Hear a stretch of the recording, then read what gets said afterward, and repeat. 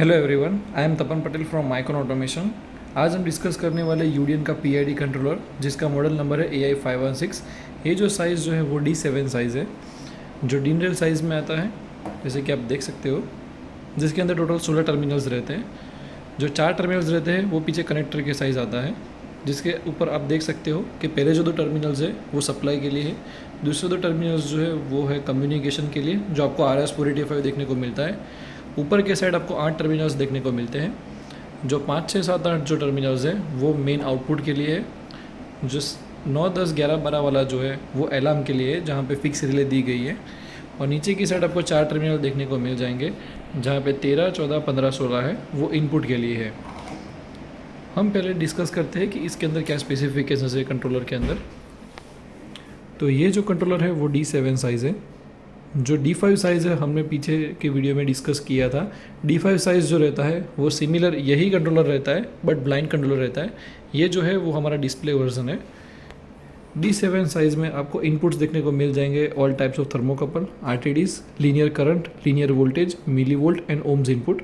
आप इसके अंदर J type, B type, K type कोई भी टाइप का थर्मोकपल यूज़ कर सकते हो। RTDs के अंदर 2 की गई है, CU50 एंड PT100। और लीनियर करंट है आप 0 to 20 milliampere, 4 to 20 milliampere. Voltage जो है वो 0 to 5 volt, 0 to 10 volt, 0 to 5, सब लीनियर वोल्टेज आपको इसके अंदर इनपुट में मिल जाते हैं। अब हम देखते हैं कि इसके अंदर आउटपुट कौन से दिए गए हैं। ये जो कंट्रोलर है वो मॉड्यूलर टेक्नोलॉजी वाला है। आपको जो भी आउटपुट चाहिए आप उसका मॉड्यूल सिलेक्ट करके आप वो आउटपुट ले सकते हो। जैसे कि SSR वोल्टेज आउटपुट आपको लेना है तो इसके अंदर G मॉड्यूल करके आता है, तो उसके अंदर आप G मॉड्यूल इंस्टॉल करने के बाद आपको SSR वोल्टेज मिल जाता है। रिले आउटपुट अगर आपको चाहिए तो आप L1 रिले इंस्टॉल करके आप रिले आउटपुट ले सकते हो। लीनियर करंट और लीनियर वोल्टेज के लिए X3 मॉड्यूल से आपको मिल जाता है। और जो सिंगल फेज शिफ्ट आउटपुट है, जो कि है सिंगल फेज आपको फायरिंग करना है, समझो आपको एक फेज कंट्रोल करना है, तो आप थायरिस्टर को जो गेट पल्सेस देनी पड़ती है वो आपको कंट्रोलर से डायरेक्ट मिल जाती है, जो कि हम कहते हैं G1 और G2। तो उसके लिए कंट्रोलर से आपको K60 मॉड्यूल लगाना पड़ता है, देन आपको वो आउटपुट मिल जाता है। देन आगे बात करते हैं अलार्म्स की। तो इसके अंदर फिक्स 1 अलार्म आता है, जैसे कि हमने शुरू में देखा कि यहाँ पे 9, 10, 11, 12 पे आपको AU1, AU2 और कॉमन है, वहाँ पे आपको फिक्स रिले मिलती है जो कि रहती है NONC कॉमन। तो आप एक अलार्म भी इसके अंदर यूज़ कर सकते हो। देन आता है कम्युनिकेशन। तो कम्युनिकेशन के लिए यहाँ पे फिक्स एक RS485 का पोर्ट दिया गया है, जहाँ से आप AI बस प्रोटोकॉल भी यूज़ कर सकते हो और मोडबस RTU भी यूज़ कर सकते हो। AI बस प्रोटोकॉल जो है वो यूडियन का खुद का प्रोटोकॉल है, और मोडबस RTU जो है वो यूनिवर्सल प्रोटोकॉल है। तो आप वो पैरामीटर से चेंज करके आप दोनों प्रोटोकॉल स्विच कर सकते हो। देन आता है आउटपुट मोड की। तो आउटपुट मोड जो रहते हैं वो 4 रहते हैं। पहला आउटपुट मोड रहता है वो ऑन ऑफ मोड रहता है, कि अगर आपको कोई रिले आपको सिर्फ कोई सेट पॉइंट पे ऑन और ऑफ करानी हो तो वो आप ऑन ऑफ कंट्रोल से कर सकते हो।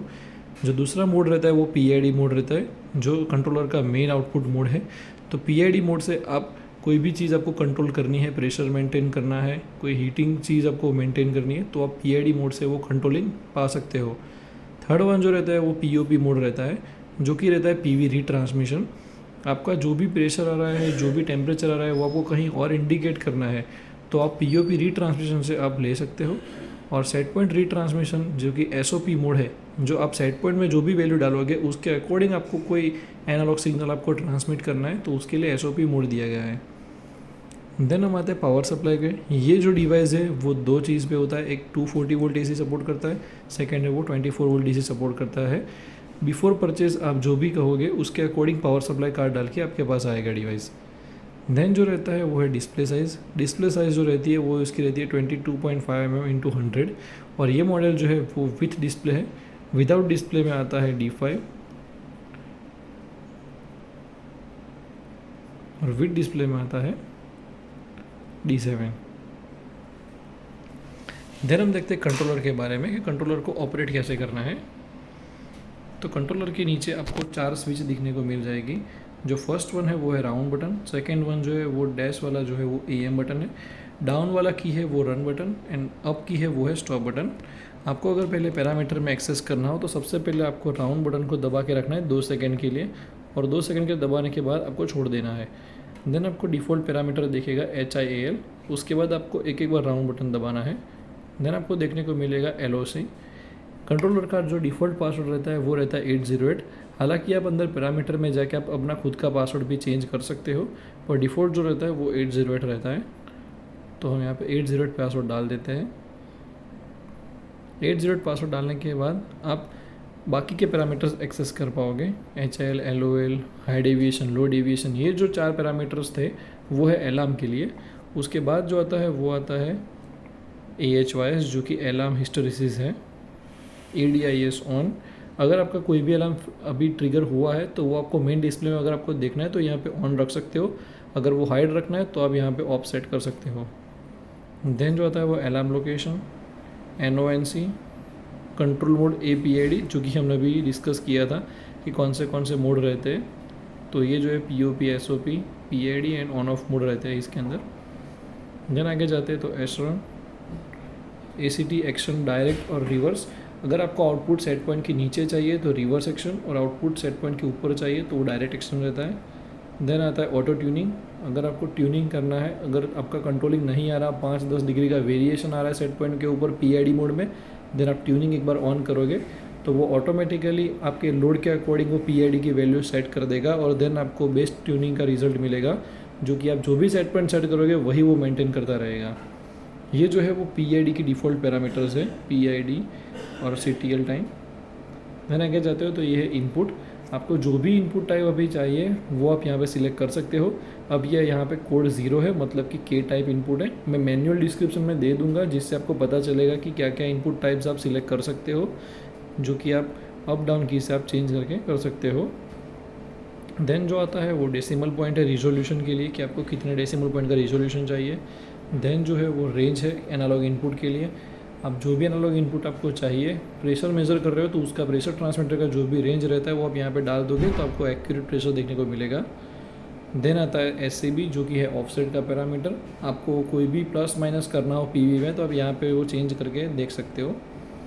फिल्टर टाइम, फ्रीक्वेंसी 50C, अगर आपको फ़ारेनहीट में देखना है तो आप यहाँ पे 50F करके फ़ारेनहीट में भी देख सकते हो। ये C है, मतलब अभी सेल्सियस में टेम्परेचर दिखाएगा।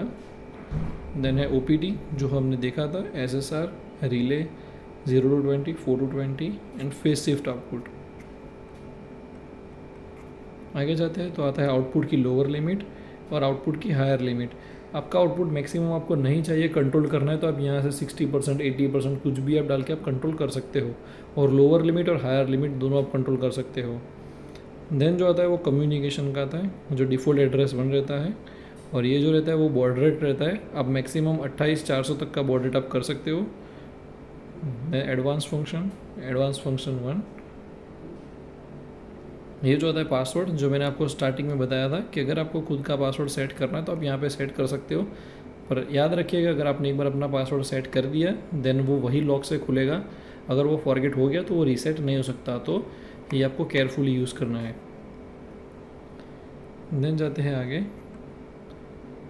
Set point lower limit, set point higher limit, PONP, और ये जो है वो डिफ़ॉल्ट पैरामीटर्स है कि लॉक ओपन करने से पहले आपको कितने पैरामीटर्स आप देखना चाहते हो। तो इधर 8 दिए गए हैं, जो कि अभी डिफ़ॉल्ट हमने 4 यूज़ किए हुए हैं, HIL, LOL, HDL, LDL, and then ये जो है वो डन है, तो वो 4 यूज़ में नहीं है। तो जब आप राउंड बटन दबा के रखोगे तो आप ये 4 पैरामीटर एक्सेस कर पाओगे बिना कोई पासवर्ड डाले, एंड देन वो लॉक मांगेगा आपको बाकी के पैरामीटर यूज़ करने हैं। तो ये था वीडियो AI516 D7 साइज़ के लिए, और ये है उसका पिन डायग्राम कि कहाँ पे आपको कौन सा आउटपुट मिल सकता है। होप कि आपको डिवाइस के बारे में पूरी जानकारी देने की मैंने कोशिश की और आपको समझ में आया होगा। फिर भी अगर आपको कुछ भी डाउट रहता है या कोई भी आपको क्वेश्चन है तो आप नीचे कमेंट सेक्शन में कमेंट कर सकते हो, हम उसका जल्दी से जल्दी आपको जवाब देने का ट्राई करेंगे। और ऐसे ही यूडियन के और हमारे अदर प्रोडक्ट्स के वीडियो में मिलते हैं, तब तक के लिए थैंक्स फॉर वॉचिंग।